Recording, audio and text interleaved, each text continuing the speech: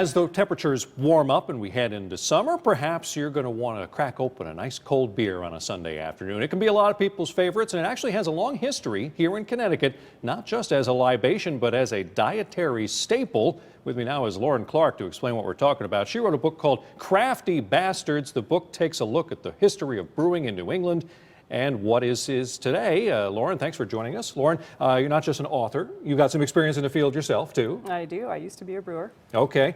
Tell me a little bit about the history of it in Connecticut, in New England, because today we've got a lot of breweries. We've always had them, I guess. Sure. We've had them pretty much since the day the Pilgrims landed in Plymouth.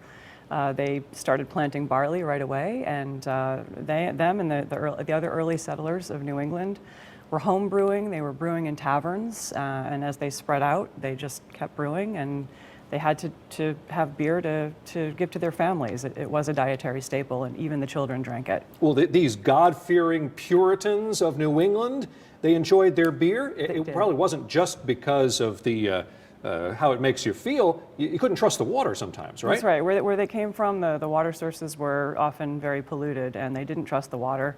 Even when they got to New England, the water was pretty clean here, but tradition told them that beer was the safer drink. Okay.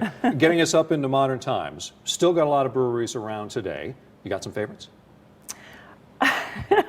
Yeah, I have a few favorites. One of my favorites is the one I used to work at. That's the Cambridge Brewing Company in Cambridge, Massachusetts. There's a little brewery up in Newcastle, Maine called Oxbow, and they do farmhouse ales, and I really like them. Mm-hmm. There's a lager brewery in Framingham, Massachusetts, which is my birth city, and they're doing some really nice lagers.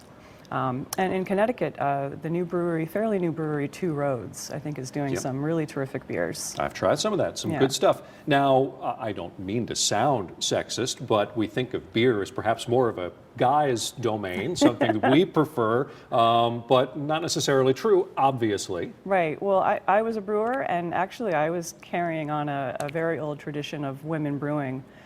Women did most of the brewing in the Western world anyway, up until the industrial era, when it became a big commercial enterprise and sort of, the men took it over. But before that, it was part of a housewife's daily task list.